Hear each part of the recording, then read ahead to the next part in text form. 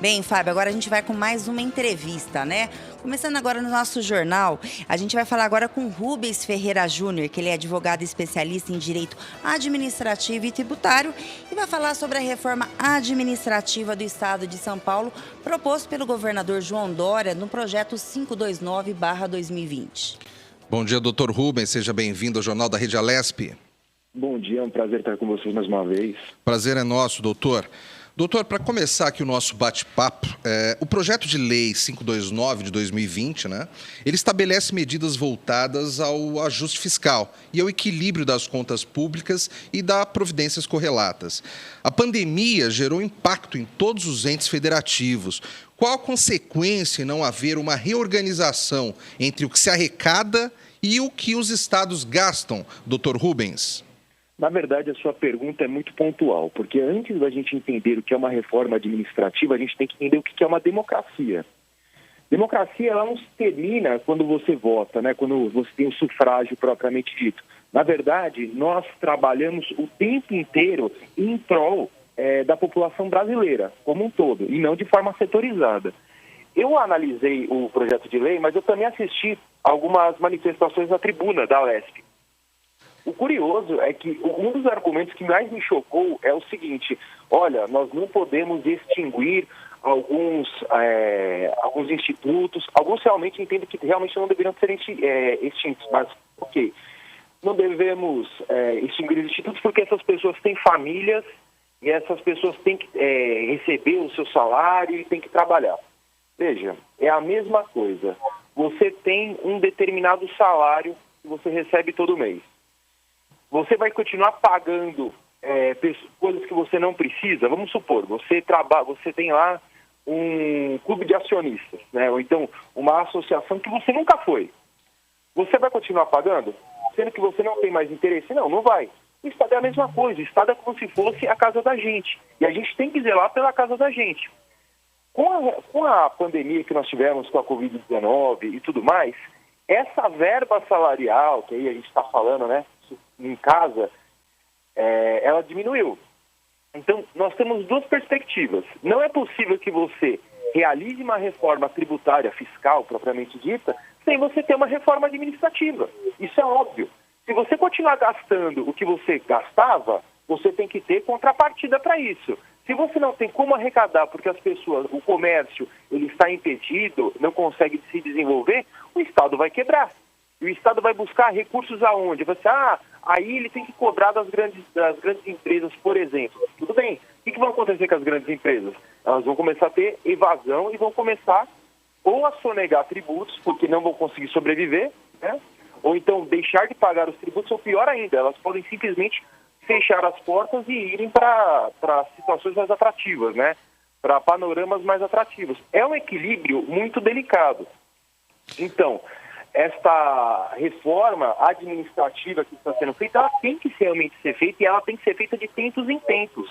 Tem que ser analisado o que pode ser efetivamente enxugado e o que não pode, o que tem que ser mantido.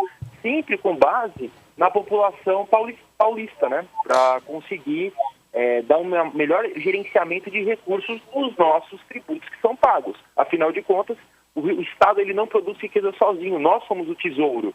Então nós temos que contribuir com o Estado. Doutor Rubens, tudo que o senhor está falando aí, estou achando bastante interessante, porque realmente até o senhor comparou com o exemplo da nossa casa, né, o exemplo de gestão que a gente faz dentro da nossa própria casa.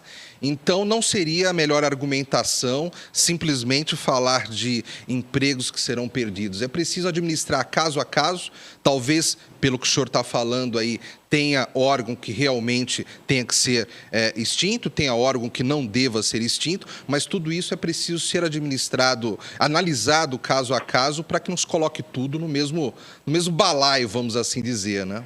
Mas com certeza. O curioso é que me causou de verdade, me causou um certo choque, um argumento tão raso. Olha, nós temos que garantir os empregos. Pelo contrário, o Estado ele tem que ser eficiente e a pessoa está lá para servir o interesse público. Então, é importante uma série de associações. Eles estão querendo, por exemplo, só a título de exemplo, tá? Tá bem. Extinguir um instituto que é voltado ao câncer, que tem uma linha de pesquisa super forte. Isso é viável? É claro que não. Eu particularmente entendo que isso daí deveria ser revisto. Mas existem alguns institutos que você percebe claramente que eles estavam lá muito mais voltados à cabine de emprego mesmo. E esses daí tem que ser analisado. A questão é, o Estado hoje, com a pandemia, com a situação que se mostrou, ainda consegue manter esses cabides? É claro que não. Aqui nós teríamos que fazer um aperto mesmo do orçamento e começar a enxugar para a gente conseguir focar aonde realmente importa. E não ficar tendo esse tipo de gastança. E é um outro problema também, né? Nós também temos que reanalisar as questões vinculadas ao salário do servidor. Mas aqui, nós não estamos falando do servidor de baixo escalão, nós não estamos falando do servidor que já tem o seu salário já arrochado. É necessário analisar uma questão vinculada a super salários, né? Mas isso aqui a gente fala em outra oportunidade, porque a conversa vai longe. Dr. Rubens, bom dia. Quem está falando é Lilian, tudo bem? Tudo bem, Lilian? Dr. Rubens, as modificações, né, desse projeto de lei 529 de 2020 vai desde extinção de autarquias e empresas públicas, né, até em regras de cobranças de impostos. O senhor acha que com isso, né, com essa reforma, pode deixar o Estado mais eficiente, principalmente nesse momento de pandemia? Ou o senhor acha que neste momento não seria melhor focar numa boa gestão? Porque se existe uma autarquia, se existe uma empresa pública, ela tem um objetivo. Uma gestão eficiente não seria muito melhor do que você extinguir uma autarquia ou empresa pública? Porque isso que cada empresa e autarquia que foi aberta foi com o objetivo do quê? De facilitar a vida do cidadão, de facilitar o pessoal. Você não acha que isso tem mais carência de gestão, por isso que dá, como eles dizem, não tem serventia ou prejuízo para o Estado? Tá, compreendi a sua pergunta, ela é importante, vamos pontuar, mas aí depende do que você entende como uma boa gestão, né? Se você tem a abertura de inúmeras autarquias, não estou falando que é o caso da PL, estou respondendo especificamente a sua pergunta. A questão é, essas autarquias, elas são eficientes? Elas demonstram que estão sendo eficientes? Porque quando você tem o desdobramento da máquina pública, né, porque você tem a administração direta, quando você cria autarquias ou fundações, a base para a criação dela é sempre a mesma, que é o quê? Eficiência. Você trabalhar com o Estado mais eficiente. A partir do momento que essa autarquia ou essa fundação não está demonstrando a eficiência que está sendo, não está demonstrando que está sendo eficiente, efetivamente, os números começam a não bater, será que isso daqui seria uma gestão eficiente? Aí eu lanço a pergunta também, porque temos que fazer um balanço de números. Se efetivamente está sendo eficiente, é aquilo que eu comentei no começo. É o tipo de autarquia, é o tipo de fundação que não deveria ser extinta, porque, na verdade, está trazendo uma eficiência relativa ao Estado.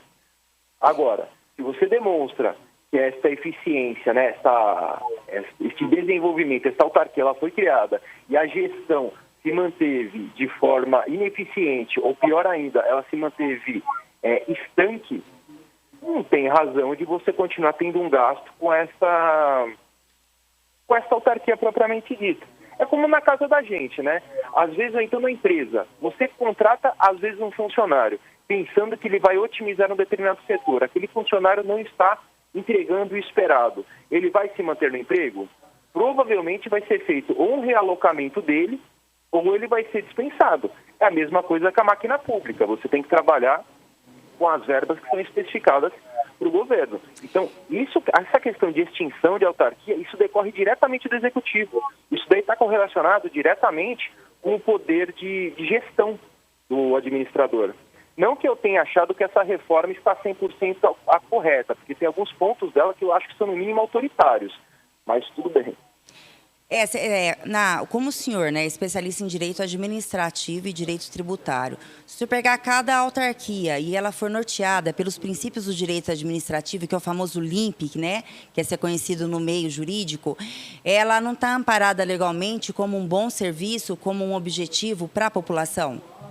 Mas ela não precisa ser analisada mensalmente se ela está presumindo uma eficiência, porque a questão do LIMP que você colocou aqui, beleza, ela foi criada segundo a legalidade, ela tem que ser pessoal, de fato, ela tem que ter uma moralidade, mas o que tange-se aqui é eficiência. Desde que você teve a reforma administrativa lá na década de 60, onde você começou a ter um desmembramento da administração pública, todo esse desmembramento tinha por voga a eficiência.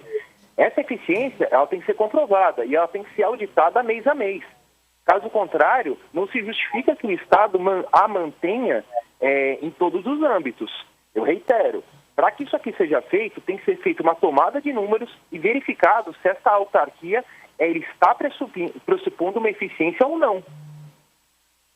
Agora, doutor Rubens, o senhor tem batido muito na tecla aí eficiência, e eu até concordo que não é uma questão de se o Estado tem dinheiro para pagar, para manter essas autarquias ou não, mas sim se vale a pena manter ou não.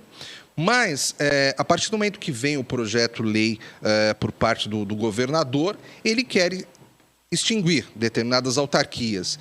E, por outro lado, quem está trabalhando nessas autarquias quer continuar fazendo o seu trabalho, alguns até manter o seu emprego. Quem que deve estar fiscalizando isso? Quem está mais apto para fiscalizar de uma forma isenta? Seria realmente nós aqui, os deputados aqui do Legislativo? Quem que pode analisar? Não só o Legislativo, né? Eu acho que é o que eu estava começando, no início da minha fala, quando a gente começou a analisar o que é democracia. Eu dou aula de direito já há muitos anos e mesmo os alunos de direito, se você perguntar a eles, olha, você já entrou alguma vez no portal da transparência para verificar se as contas estão batendo, se o seu deputado, né, seu vereador, ou mesmo seu senador, se ele possui, se ele está cumprindo com as suas obrigações, regra geral, assim, eu acho que até hoje, eu dou aula há mais ou menos uns 10 anos, eu acho que deve ter tido 2 alunos meus que falaram, não, realmente eu entrei e verifiquei o que... Veja, mas é num mundo enorme de alunos. Então, essa fiscalização, primeiro, ela é sim responsabilidade do Legislativo com auxílio do Tribunal de Contas, mas é também da população, porque a gente começa a conseguir enxugar quando você não vota mais naquela pessoa que está gastando com o dinheiro público.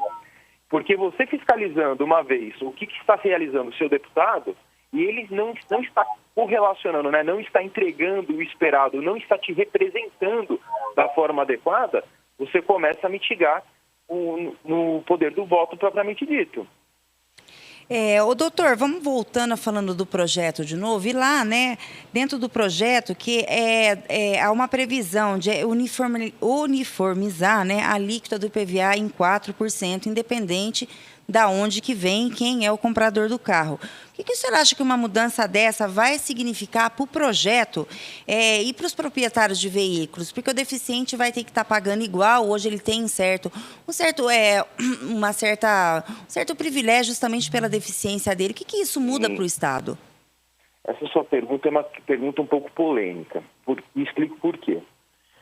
Aqui nós temos 2 vieses. Primeiro, é claro que uma pessoa com deficiência, ela pressupõe que ela é hipossuficiente, ou seja, ela já passa por uma série de dificuldades que o Estado deveria suprir. E quando eu digo Estado, temos que entender todos nós, porque todos nós participamos do Estado de forma ativa, né? Não é simplesmente pegar e jogar nas costas os nossos representantes e falar, vocês que se virem. Não, nós fazemos parte dessa sistemática toda. A questão é, toda vez que você tem uma isenção, você tem por base um favor legal. É a lei que estabelece que aquela pessoa ela não possui capacidade contributiva, ou seja, ela não possui recursos suficientes para arcar com aquela situação, então eles entendem por bem fazer um favor legal, fazer uma mitigação. Essas pessoas que são deficientes, em uma primeira análise, elas deveriam possuir um respaldo do Estado, tudo bem? Só que nós temos que analisar o outro viés também. Obrigatoriamente, todas as pessoas que têm uma deficiência leve, elas são hipossuficientes, elas precisam de um auxílio mais imediato do Estado? Eu entendo que não.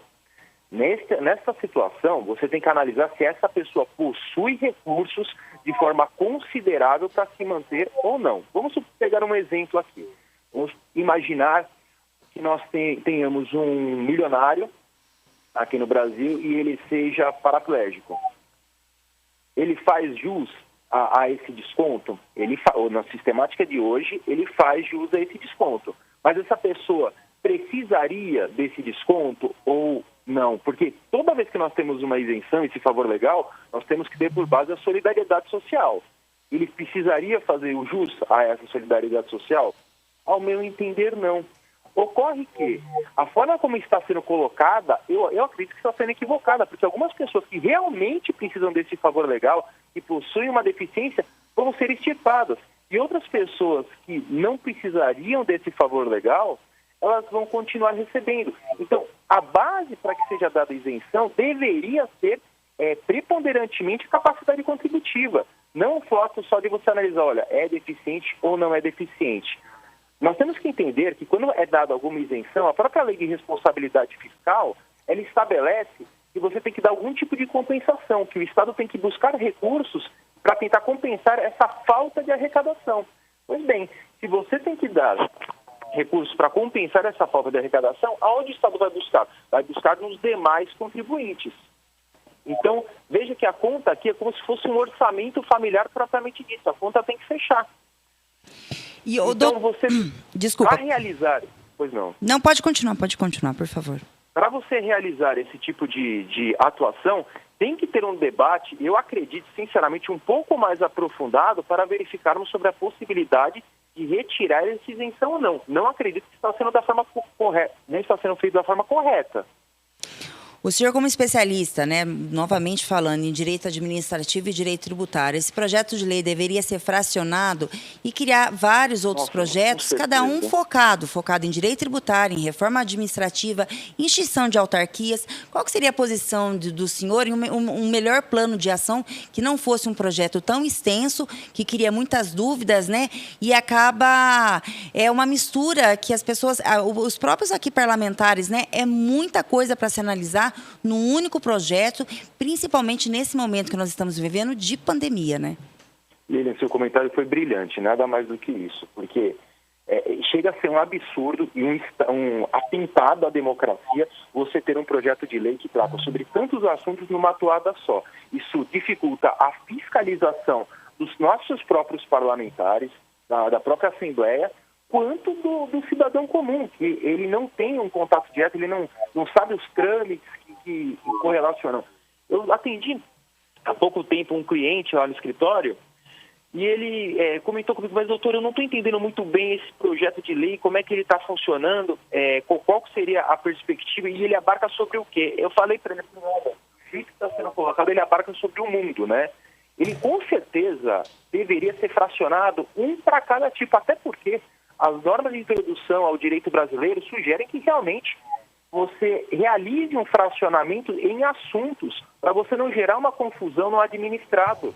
Então, seu comentário é extremamente pertinente e eu acho que realmente deveria ser feito um fracionamento até para que nós tenhamos um debate mais acirrado, um debate mais pontual, para que você consiga definir se aquelas tomadas de decisões são válidas ou não no nosso Estado.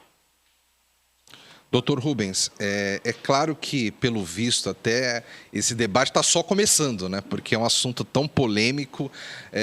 Agora, no decorrer do processo, é muito provável que algumas autarquias venham a ser extintas, sim.